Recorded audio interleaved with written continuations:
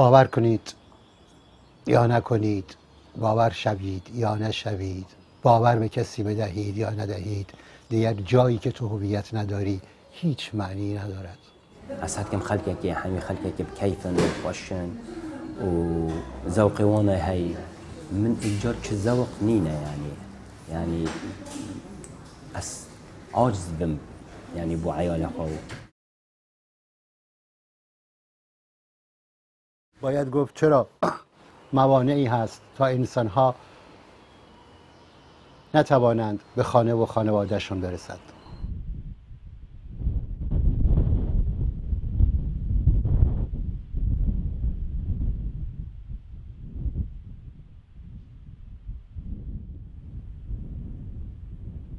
و سالك وشهر هاي بازري بدري حتى نكا ما تشش قناة زانية يعني روج بروجه يعني أزل يعني هستب نخوشيات كم يعني هيش ما هستب خوشيا نكريا يعني. Γκούταρ is Kurdish. Back in Iraq, a tribal conflict left him and his family fearing for their lives. In Greece, he took up fishing while he waited for the news of his asylum application. من يعني مبوكوجن من هو سطالقا كل سلام ابدا اس نازفرم تركيا ابد نازفرم عراقي وكسي هاش ما جنينا يعني حشكو سجنك يعني ادبن عدريبه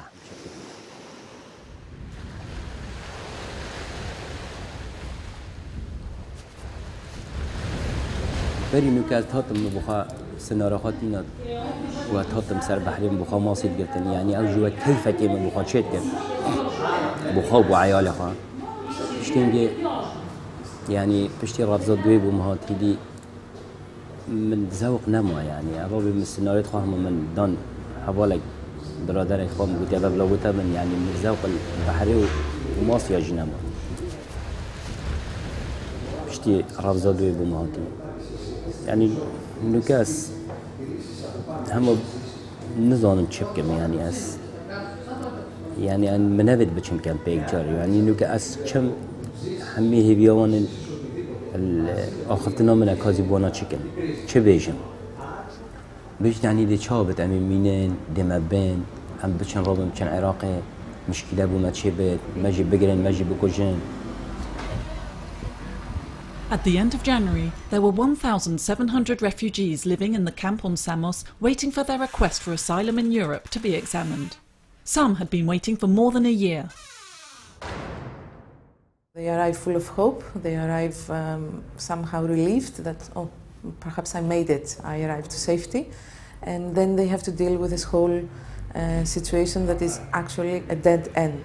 There is no way out. There is no control over their lives, over their futures. They're just a mass of refugees and they are dealt by asylum services. I think we need to speak more openly and more widely about this whole situation that makes people sick and actually asks them to be sick. Because if you're not vulnerable, in a sense, or you don't have a sickness or an illness, then you will stay here, nobody knows for how long. A vulnerable refugee is a pregnant woman, for example, or an unaccompanied minor, a sick person, people rescued at sea, or a victim of violence. These people can't get proper care on the islands. They're usually sent to Athens, where their asylum requests are processed. Anyone else has much less chance of being accepted in Europe.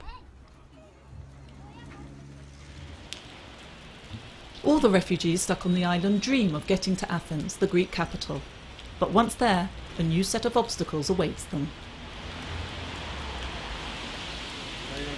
اینجا آتن است و من در این قفس بزرگ چشم انتظار تلفنی، پیامی، مسیجی، سلامی از فرزندانم هستم که در آلمان به سر میبرند. Germany has rejected Jamal's request for asylum, preventing him from being reunited with his family. Until the decision of his appeal comes through, he can't leave Greece. هیچ چیز در غربت طعم خود را نمیدهد الا غربت. غربت قهوه‌ای تلخ است که به هیچ عسلی شیرین نمیشود. In February 2017, Jamal was also on the island of Samos. His whole life was contained in this tent. در چادرم 3-4 تا کوله پشتی هست که لباسهایم هست و یک دنیا خاطره و آرزو که در چادرم نمی گنجه، اما در چادر جاش دادم. یک اجاق برای پختن و گرم شدن، چند تکه نان و یک عروسک که من رو هر شب به بچه هام پیوند میزنه.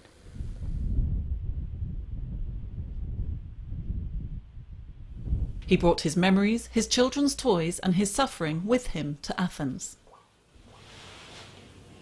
خوابهای آشفته‌ای که ندیده ای را میبینی، آشفتگی هایی را به خواب میبینی که هرگز تجربه نکرده ای. ولی جان سخت‌تر از این حرف ها باید بود. جان سخت‌تر از اینها باید بود تا به دیگران آموخت که زمین مال کسی نیست. For the last 2 years, refugees arriving in Greece must wait for a European country to agree to examine their asylum application before they can hope to leave the country. But there are neither the funds nor the political will to process their applications rapidly.